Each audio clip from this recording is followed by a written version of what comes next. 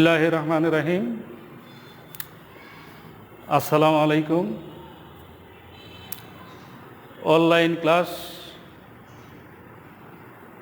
Online ক্লাসে আমি Mohammad Saiful Islam BSc, Madhupur রানী Bhabani model সরকারি উচ্চ বিদ্যালয়, মধুপুর, টাঙ্গাইল এর পক্ষ থেকে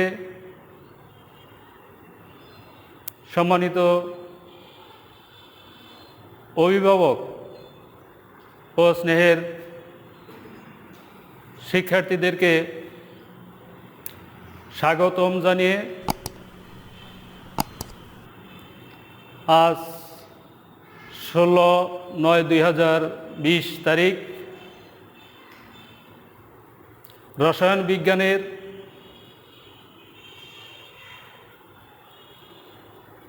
অধ্যায় 7 রাসায়নিক বিক্রিয়া সম্পর্কে আলোচনা করব। স্নেহের শিক্ষার্থীবৃন্দ, দূরে ও কাছে যারা রয়েছ, আশা করি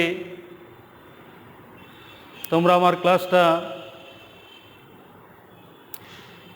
অনলাইনের মাধ্যমেই বোঝার চেষ্টা করবে। ধন্যবাদ সকলকে। এবার আসি, প্রিয় শিক্ষার্থী, রাসায়নিক বিক্রিয়া।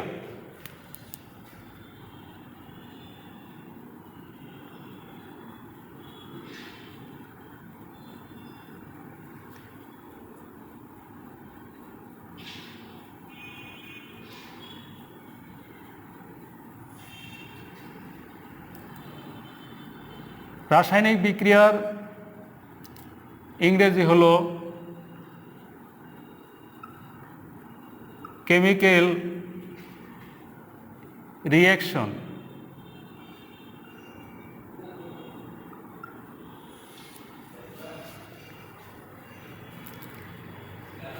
প্রিয় শিক্ষার্থী,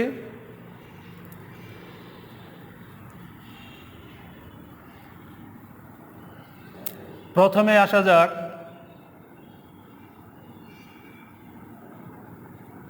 রাসায়নিক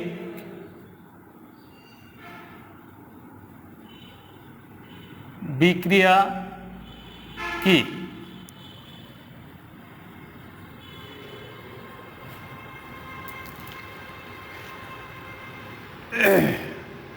রাসায়নিক বিক্রিয়া হলো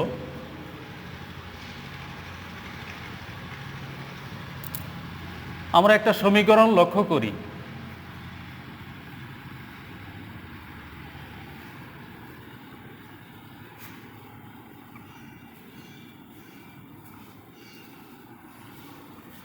সোডিয়াম যোগ ক্লোরিন, সোডিয়াম ক্লোরাইড। প্রিয় শিক্ষার্থীবৃন্দ, তোমরা লক্ষ্য করো, এখানে একটা সমীকরণ লিখছি। এই সমীকরণ থেকে আমরা রাসায়নিক বিক্রিয়া কি সেই সংজ্ঞাটা উপস্থাপন করব। তোমরা জানো, রাসায়নিক বিক্রিয়া যারা অংশগ্রহণ করে তাদেরকে বলা হয় বিক্রিয়ক। তাহলে এখানে বিক্রিয়ক হলো সোডিয়াম এবং ক্লোরিন। যাহা উৎপন্ন হয় তাকে বলা হয় উৎপাদ।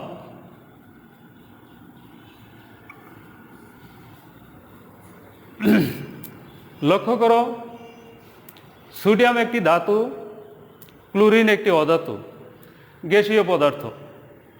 ধাতু অধাতু মিলিত হয়ে সোডিয়াম ক্লোরাইড উৎপন্ন করেছে। এখানে ধাতু এবং অধাতু গ্যাসীয় পদার্থ মিলে ভিন্ন ধর্ম বিশিষ্ট নতুন যৌগের সৃষ্টি করেছে। তাহলে রাসায়নিক বিক্রিয়ার সংজ্ঞা আমরা এইভাবে দিতে পারি, যে প্রক্রিয়ায় এক বা একাধিক বিক্রিয়ক মিলিত হয়ে তাপের উদ্গীরণ বা শোষণ করে, অর্থাৎ রাসায়নিক পরিবর্তন ঘটিয়ে দুই বা ততোধিক, এক বা একাধিক হতে পারে বা দুই বা ততোধিকও হতে পারে, উৎপাদ ভিন্ন ধর্ম বিশিষ্ট উৎপাদ উৎপন্ন করে, তাহাকে বলা হয় রাসায়নিক বিক্রিয়া। তাহলে এই সমীকরণ থেকে আমরা চলে আসছি রাসায়নিক বিক্রিয়া কি। প্রিয় শিক্ষার্থী, এই রাসায়নিক বিক্রিয়া এই অধ্যায়ে আরও কিছু বিষয় নিয়ে আমি আলোচনা করব। প্রথমে আসি রাসায়নিক ভৌত পরিবর্তন,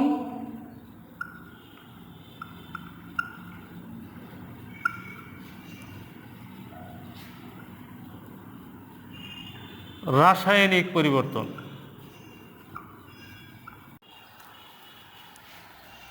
প্রিয় শিক্ষার্থী, তোমরা বোর্ডের দিকে লক্ষ্য করো। এখানে লক্ষ্য করো H2O, তোমরা জানো এটা পানির সংকেত। যেহেতু এখানে S লেখা আছে, অতএব এটা হলো সলিড। সলিড কথাটার অর্থ হলো কঠিন। তাহলে পানি যখন কঠিন অবস্থায় থাকে তাকে আমরা বরফ বলে থাকি।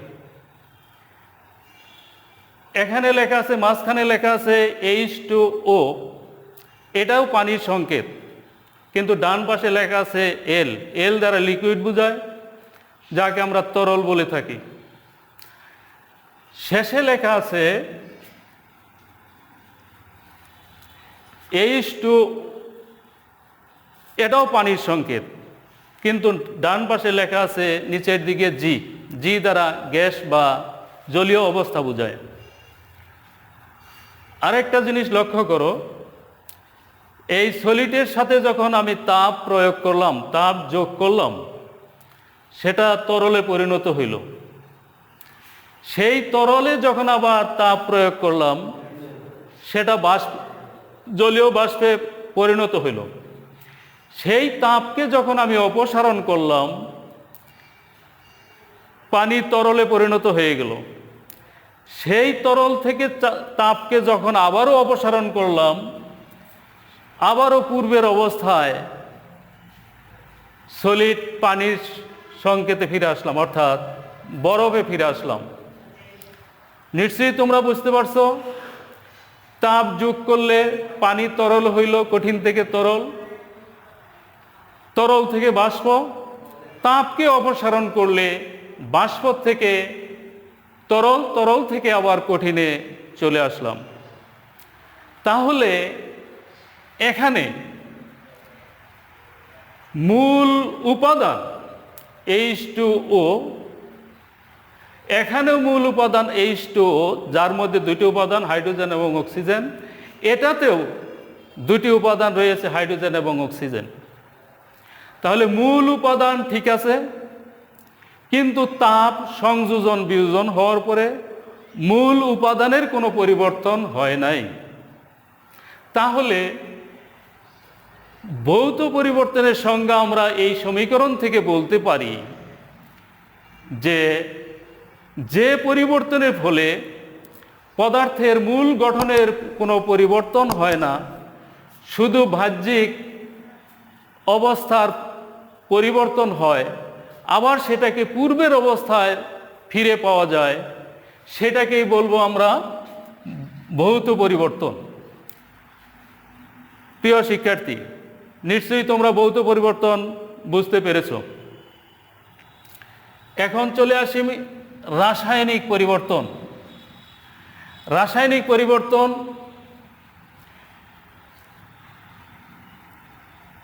সোডিয়াম যোগ ক্লোরিন সমান সোডিয়াম ক্লোরাইড। এখানে লক্ষ্য করো, সোডিয়াম ক্লোরিনের সাথে বিক্রিয়া করে সোডিয়াম ক্লোরাইড উৎপন্ন করেছে। বিক্রিয়ক পদার্থের যে ধর্মগুলো ছিল, সেই ধর্মগুলো বিলুপ্ত হয়ে ভিন্ন ধর্ম বিশিষ্ট নতুন একটা যৌগের সৃষ্টি হয়েছে। অতএব বলা যায় এটাকে রাসায়নিক পরিবর্তন। চলো এবার রাসায়নিক পরিবর্তনের সংজ্ঞা এই সমীকরণ থেকে দেই, যে দুই বা ততোধিক বিক্রিয়ক মিলিত হইয়া যদি ভিন্ন ধর্মবিশিষ্ট নতুন যৌগ বা মৌলর সৃষ্টি করে, সেই যৌগ থেকে আবার পুনরায় বিক্রিয়ক উপাদানের মধ্যে আসা যায় না, সেটাকেই বলবো আমরা রাসায়নিক পরিবর্তন। অর্থাৎ মূল গঠনটা পরিবর্তন হয়ে ভিন্ন ধর্ম বিশিষ্ট নতুন মৌল বা যৌগ যদি সৃষ্টি করে, সেটাকেই বলবো আমরা রাসায়নিক পরিবর্তন। প্রিয় শিক্ষার্থী, তোমরা আমি এখন যে তিনটা টপিক্সের উপর আলোচনা করলাম, পুনরায় আবার একটু লক্ষ্য করি। প্রথমে আসছি আমি রাসায়নিক বিক্রিয়া, পরে আসছি আমি ভৌত পরিবর্তন, তারপরে হলো রাসায়নিক পরিবর্তন। এবার আসি রাসায়নিক বিক্রিয়ার শ্রেণীবিভাগ।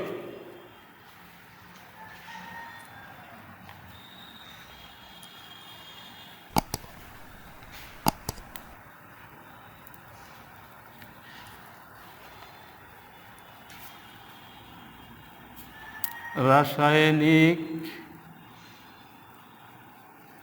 বিক্রিয়ার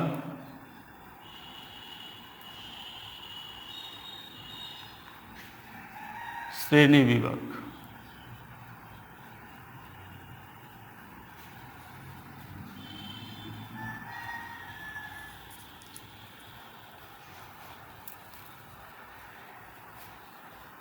রাসায়নিক বিক্রিয়ার শ্রেণীবিভাগের মধ্যে রাসায়নিক বিক্রিয়াকে প্রথমত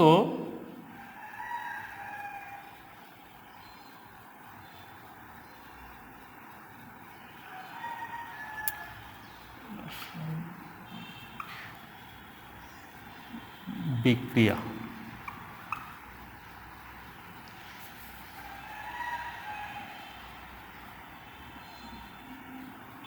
দিক অনুসারে দুই ভাগে ভাগ করা যায়।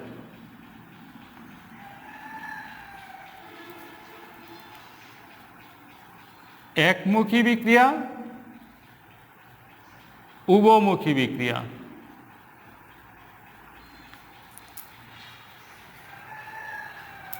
তাহলে রাসায়নিক বিক্রিয়ার শ্রেণী বিভাগের মধ্যে দিক অনুসারে দুই ভাগে ভাগ করা যায়।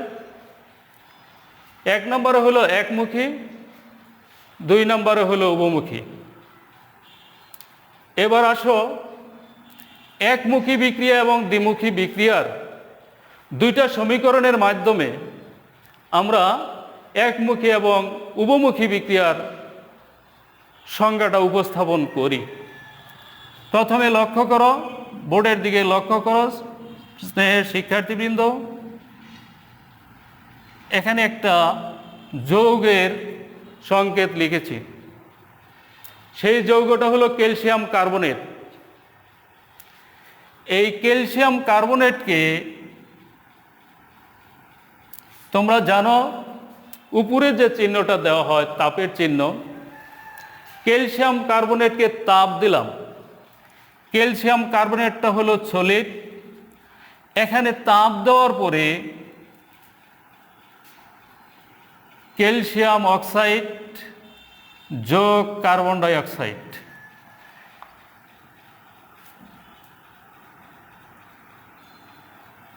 খোলা পাত্রে, খোলা পাত্রে। প্রিয় শিক্ষার্থী, দেখো এখানে একটা সমীকরণ আমি লিখেছি। ক্যালসিয়াম কার্বনেটকে তাপ দিলে ক্যালসিয়াম অক্সাইড যোগ কার্বন ডাইঅক্সাইড, খোলা পাত্রের মধ্যে যখন তাপ দেওয়া হবে তখন তোমরা জানো কার্বন ডাইঅক্সাইড একটি গ্যাসীয় পদার্থ। এটা যখন খোলা পাত্রে তাপ দেওয়া হয় এটা অপসারিত হয়ে যায়। এখন অপসারিত হলে উৎপাদে যে শুধু আমরা পেয়ে থাকি ক্যালসিয়াম অক্সাইড। এই ক্যালসিয়াম অক্সাইড থেকে আমরা পূর্বের অবস্থায় ক্যালসিয়াম কার্বনেটে আসতে পারবো না, কারণ উহার যে উপাদান কার্বন ডাইঅক্সাইড, সেই কার্বন ডাইঅক্সাইড তো বায়ুতে চলে গেল, অপসারিত হয়েছে। অতএব এই বিক্রিয়াটা একদিকে সংঘটিত হয়েছে, বিক্রিয়ক থেকে উৎপাদ, উৎপাদ থেকে বিক্রিয়কে আমরা আসতে পারতেছি না। অতএব এই বিক্রিয়াটা আমরা বলতে পারি একমুখী বিক্রিয়া। প্রিয় শিক্ষার্থী, তাহলে একমুখী বিক্রিয়ার সংজ্ঞাটা কি হতে পারে? বিক্রিয়কের উপাদানগুলা যখন রাসায়নিক বিক্রিয়ায় অংশগ্রহণ করে বন্ধন ভাঙার মাধ্যমে এবং ভিন্ন ধর্ম বিশিষ্ট নতুন বন্ধন গঠন করে উৎপাদ তৈরি হয়, সেই উৎপাদ থেকে যদি আমরা বিক্রিয়ক পদার্থের মধ্যে না আসতে পারি, সেটাকেই বলবো আমরা একমুখী বিক্রিয়া। তোমরা সমীকরণের মধ্যে লক্ষ্য করছো, ক্যালসিয়াম কার্বনেট থেকে ক্যালসিয়াম অক্সাইড এবং কার্বন ডাইঅক্সাইড উৎপন্ন করছি তাপের মাধ্যমে খোলা পাত্রে। কার্বন ডাইঅক্সাইডটা অপসারিত হয়েছে, শেষে উৎপাদে যে আমরা পেয়ে গেছি ক্যালসিয়াম অক্সাইড। ক্যালসিয়াম অক্সাইড থেকে ক্যালসিয়াম কার্বনেটে আসা সম্ভব নয়, সুতরাং এটাকে আমরা একমুখী বিক্রিয়া বলতে পারি। এবার আসো উভমুখী বিক্রিয়া। Calcium carbonate solid, calcium oxide, carbon dioxide বদ্ধ পাত্রে।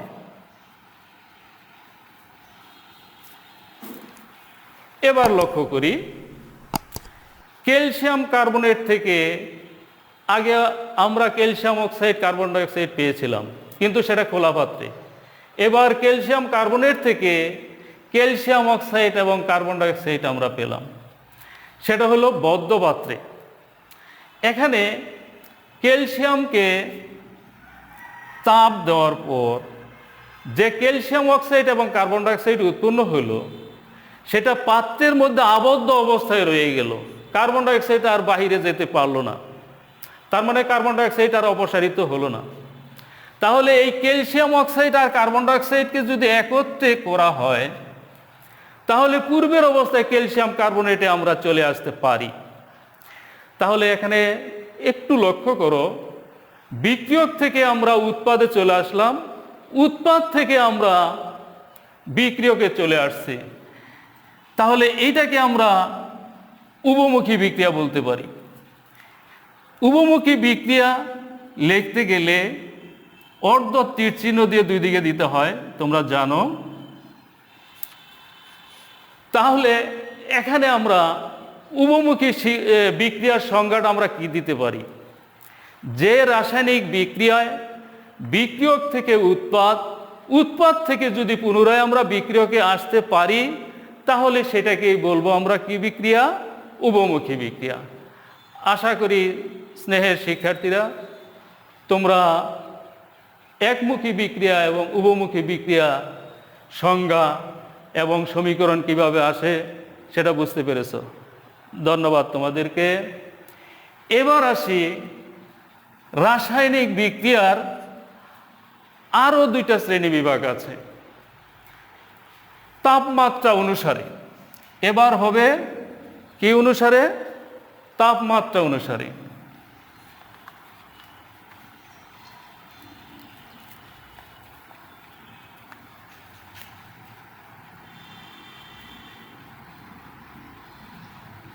তাপমাত্রা অনুসারে দুই ভাগে ভাগ করা যায়। তাপমাত্রা অনুসারে রাসায়নিক বিক্রিয়াকে দুই ভাগে ভাগ করা যায়। প্রিয় শিক্ষার্থী, বোর্ডে লক্ষ্য করো, একটা হলো তাপ উৎপাদী, আরেকটা হলো তাপহারী।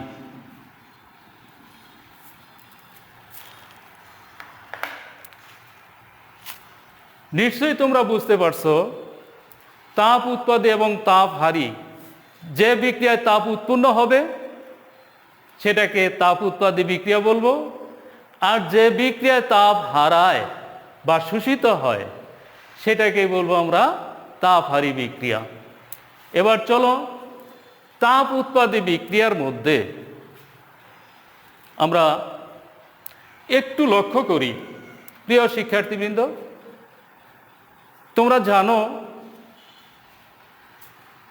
বাজার থেকে তোমাদের মা বাপেরা যদি পান খেয়ে থাকে, বাজার থেকে চুনের দলা নিয়ে আসে, চুন, সেই চুনটাকে যখন বাজার থেকে নিয়ে আসে, নিয়ে এসে পানিতে নিমজ্জিত করে, তাহলে এখানে যে চুনটা বাজার থেকে নিয়ে আসলো সেটা হলো ক্যালসিয়াম অক্সাইড। ক্যালসিয়াম অক্সাইড, তার মধ্যে দিল পানি। পানি দেওয়ার পরে এখানে তোমরা যদি হাত দিয়ে স্পর্শ করো, দেখা যায় যে বাজার থেকে যে চুনটা নিয়ে আসছিল, নিয়ে আসার পরে সেই চুনটাকে হাত দিয়ে স্পর্শ করেছো, ওইখানে ঠান্ডা অনুভব করছো। আর যখন পানিতে যোগ করা হলো, পানি যোগ করার পর তখন চুনের পানি উৎপন্ন হয়ে গেল। চুনের পানি, ক্যালসিয়াম হাইড্রোক্সাইড উৎপন্ন হওয়ার পর যখন হাত দিয়ে স্পর্শ করছো, আঙ্গুল দিয়ে স্পর্শ করছো, নিশ্চয়ই ওইখানে একটা তাপমাত্রা পেয়েছ। তাহলে এখানে ক্যালসিয়াম অক্সাইড আর পানি যোগ করার পরে ক্যালসিয়াম হাইড্রোক্সাইড হলো, তার সাথে এখানে কি উৎপন্ন হয়েছে? নিশ্চয়ই তোমরা উত্তর দিবা তাপ উৎপন্ন হয়েছে। কারণ তাহলে আমরা তাপ উৎপাদীর সংজ্ঞাটা এইভাবে দিতে পারি যে রাসায়নিক বিক্রিয়ায় বিক্রিয়কগুলো বিক্রিয়া সম্পূর্ণ করে যে দুই বা ততোধিক উৎপাদ উৎপন্ন করে তার সাথে তাপ উৎপন্ন হয়, সেটাকেই বলবো আমরা কি বিক্রিয়া? তাপ উৎপাদী বিক্রিয়া। জিনিসটা ক্লিয়ার মনে হয় প্রিয় শিক্ষার্থী? ক্যালসিয়াম অক্সাইড পানির সাথে বিক্রিয়া করে ক্যালসিয়াম হাইড্রোক্সাইড উৎপন্ন করেছে, যোগ তাপ উৎপন্ন করেছে।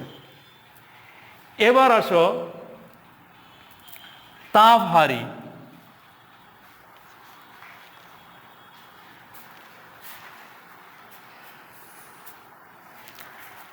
তাপহারী বিক্রিয়ার ক্ষেত্রে নাইট্রোজেন যোগ অক্সিজেন,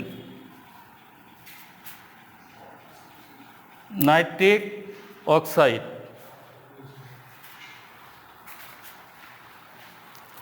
এখানে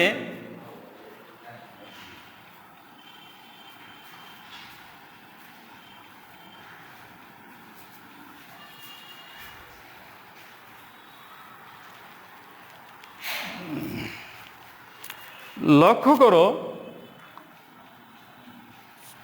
এই বিক্রিয়ার মধ্যে নাইট্রোজেন অক্সিজেনের সাথে বিক্রিয়া করে নাইট্রিক অক্সাইড উৎপন্ন করে এখানে বিয়োগ 180 ডিগ্রি কিলোজুল তাপ শোষিত হয়েছে। তাহলে এই বিক্রিয়াটা থেকে আমরা বলতে পারি, আগের বিক্রিয়া লক্ষ্য করো ওইখানে প্লাস তাপ, তার মানে তাপ উৎপাদী তাপের পরিমাণ বাড়ছে, এখানে কিন্তু মাইনাস 180 ডিগ্রি কিলোজুল তাপমাত্রা দেওয়া হয়েছে, পাওয়া গেছে। তাহলে এখানে তাপ কি হয়েছে? শোষিত হয়েছে। তাহলে নাইট্রোজেন অক্সিজেনের সাথে বিক্রিয়া করে নাইট্রিক অক্সাইড উৎপন্ন করে 180 কিলোজুল তাপ শোষণ করে। অতএব এটাকে আমরা বলতে পারতেছি তাপহারী বিক্রিয়া। তাহলে আমরা এখন সংজ্ঞায় আসি, যে রাসায়নিক বিক্রিয়ায় তাপ হারাবে সেটাকেই বলবো আমরা কি বিক্রিয়া? তাপহারী বিক্রিয়া।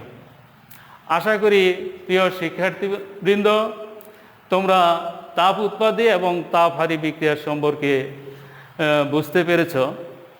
এবার চলে আসো রাসায়নিক বিক্রিয়া শ্রেণী বিভাগের মধ্যে আমরা প্রথমে চলে আসছে দিক অনুসারে দুই ভাগে ভাগ করেছিলাম, তাপমাত্রা অনুসারে দুই ভাগে ভাগ করেছিলাম।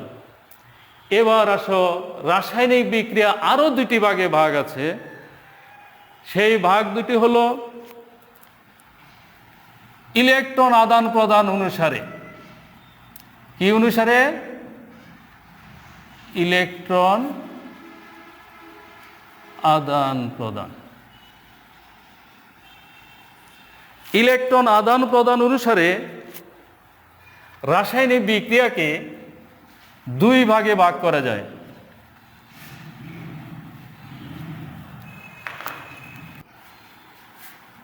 রেডক্স বিক্রিয়া,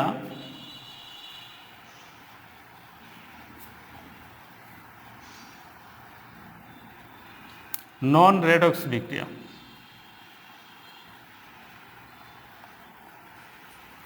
রেডক্স, নন রেডক্স।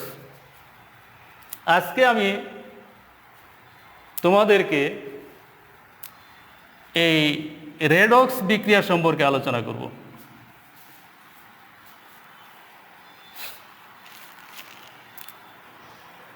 এই রেডক্স কথাটার অর্থ হইল জারণ বিজারণ।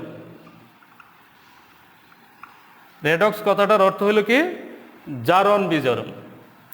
এটা দুইটা ভাগে ভাগ। একটা হলো, এক অংশ হলো রেড, আরেক অংশ হলো ওএক্স, অক্স। এই রেড রিডাকশন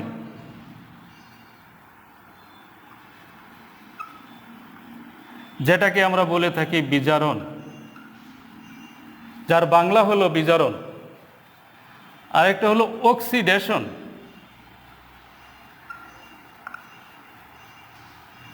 যার বাংলা হলো জারণ। তাহলে এই রেডক্স বিক্রিয়ার দুইটা অংশ। একটা হলো রেড, রেড থেকে আসছে রিডাকশন, আর অক্স থেকে আসছে অক্সিডেশন, যাকে বলা হয় জারণ বিজারণ। তাহলে রেডক্স কথাটার অর্থ দাঁড়ায় জারণ বিজারণ বিক্রিয়া। আমরা জানি যে সমস্ত পদার্থ ইলেকট্রন দান করে তাকে বলা হয় জারণ, আর যারা ইলেকট্রন গ্রহণ করে তাদেরকে বলা হয় বিজারণ। এখানে বিক্রিয়কের মধ্যে যদি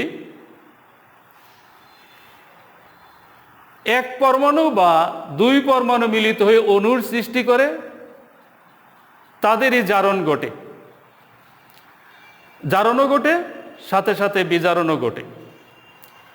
উদাহরণস্বরূপ একটা সমীকরণের দিকে তোমরা লক্ষ্য করো।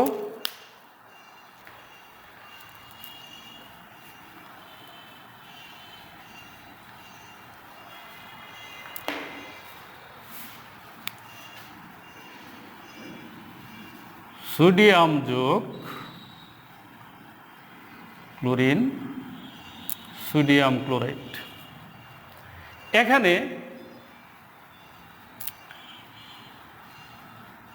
সোডিয়াম একটি ধাতু, ক্লোরিন একটি অধাতু, গ্যাসীয় পদার্থ। সোডিয়ামের মধ্যে এখানে যদি লক্ষ্য করি, বিক্রিয়কটা দুইটা অংশে বিভক্ত হয়ে গেছে। প্রথম অর্ধাংশ, দ্বিতীয় অর্ধাংশ।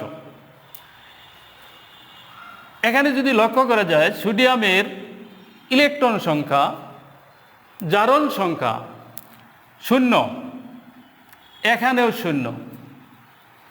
বিক্রিয়কের মধ্যে আমরা লক্ষ্য করে দেখছি সোডিয়ামটা হইতেছে এক পরমাণু বিশিষ্ট একটা মৌল, ক্লোরিনটা হইতেছে দ্বিপরমাণু বিশিষ্ট একটা মৌল। আমরা জানি গ্যাসীয় পদার্থ কয় পরমাণু হয়? দ্বিপরমাণু হয়। বিক্রিয়কের মধ্যে এদের জারণ সংখ্যা ছিল 0, বিক্রিয়ক থেকে যখন উৎপাদে চলে গেছে, এখানে সোডিয়াম +1 ক্লোরিন -1, ফলে সোডিয়াম প্লাস ক্লোরিন মাইনাস। এখানে লক্ষ্য করো প্রিয় শিক্ষার্থী, সোডিয়ামের জারণ সংখ্যা এখানে ছিল 0, উৎপাদে যে জারণ সংখ্যা হলো +1, তার মানে সোডিয়াম একটা ইলেকট্রন কি করছে? দান করেছে। যে ইলেকট্রন দান করে তাকে বলা হয় জারণ, আর পদার্থটা হবে বিজারক পদার্থ। তাহলে এখানে সোডিয়ামটা হলো বিজারক পদার্থ, যার মধ্যে জারণ ঘটেছে। আর যে ইলেকট্রন গ্রহণ করে তাকে বলবো আমরা, ইলেকট্রন গ্রহণ হলো বিজারণ, কিন্তু পদার্থ হবে জারক, পদার্থ হবে জারক। তাহলে বিজারক এবং জারক ইলেকট্রন আদান প্রদান করে সোডিয়াম ক্লোরাইড একটা যৌগ উৎপন্ন করেছে। অতএব এ একটি জারণ বিজারণ বিক্রিয়া, এ একটি জারণ বিজারণ বিক্রিয়া। তাহলে এখান থেকে আমরা আসতে পারি যে বিক্রিয়ায় কোনো মৌল ইলেকট্রন ত্যাগ করে তাকে বলবো আমরা জারণ, আর যে প্রক্রিয়া উক্ত ইলেকট্রন গ্রহণ করবে তাকে বলবো আমরা বিজারণ। প্রিয় শিক্ষার্থী, জারণ কি বিজারণ কি আমরা শিখতে পারছি। এখানে বিজারক পদার্থ কি? যে ইলেকট্রন দান করলো তাকে বলবো আমরা বিজারক পদার্থ, আর যে ইলেকট্রন গ্রহণ করলো তাকে বলবো আমরা জারক পদার্থ। আমরা বিজারক পদার্থ এবং জারক পদার্থ সম্পর্কে আমরা জানছি। এবার আসি, আরেকটা সংজ্ঞা দেওয়া যেতে পারে জারণের। বিক্রিয়ক থেকে যার জারণ সংখ্যা বেশি হবে তাকে বলবো আমরা জারণ, আর বিক্রিয়ক থেকে যার জারণ সংখ্যা কম হবে তাকে বলবো আমরা বিজারণ। উদাহরণ, সমীকরণটা লক্ষ্য করো। সোডিয়াম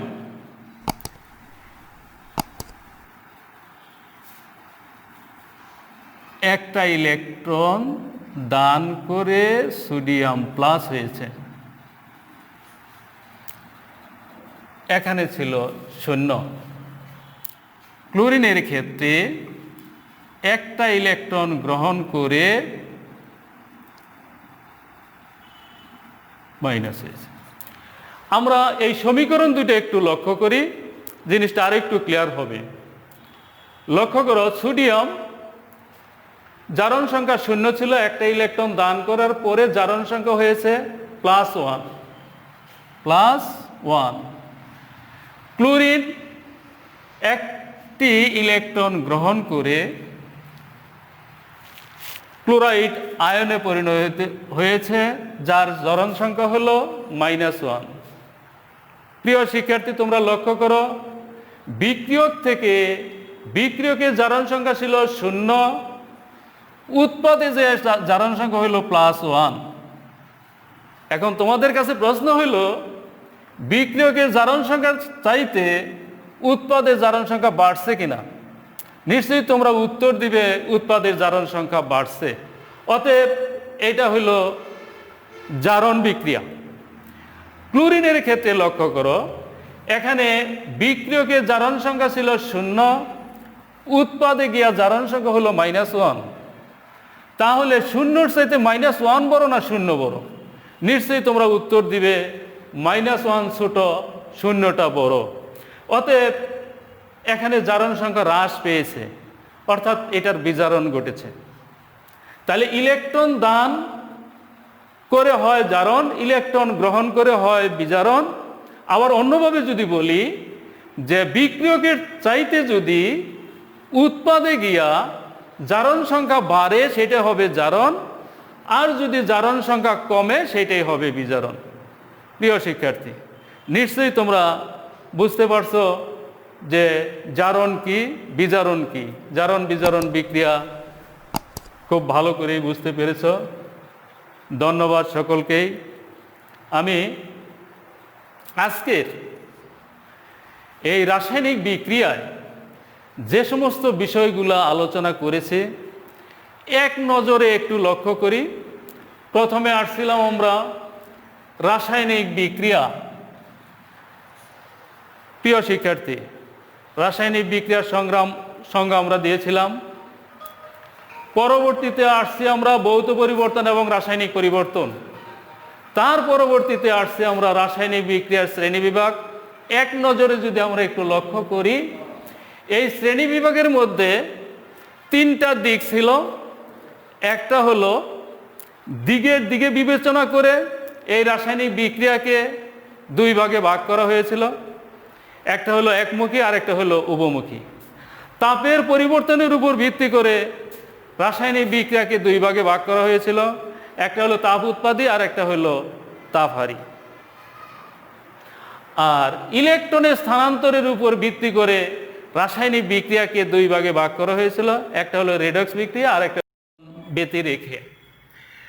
এই ইলেকট্রন আদান প্রদানের মধ্যে আমরা পেয়েছিলাম যেটাকে আমরা ইংরেজিতে বলেছিলাম যে রিডক্স বিক্রিয়া।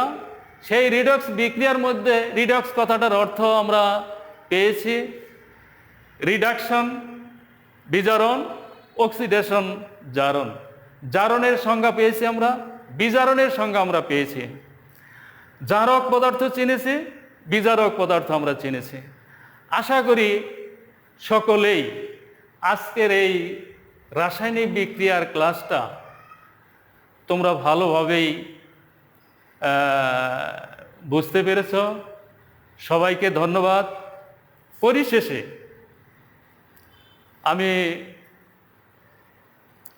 অত্র বিদ্যালয়ের সম্মানিত অভিভাবিকা বৃন্দের দৃষ্টি আকর্ষণ করে বলছি, আপনারা আপনাদের ছেলে মেয়েদেরকে আমরা যথাযথভাবে অনলাইনে ক্লাস চালু করেছি মধুপুর রানীবানী মডেল সরকারি উচ্চ বিদ্যালয় থেকে। আপনারা আপনাদের ছেলে মেয়েদেরকে সেই ক্লাসটি অনলাইনে দেখার জন্য একটু দৃষ্টি দিবেন। কারণ আপনারা জানেন সম্পদ আপনাদের, সম্মান আমাদের।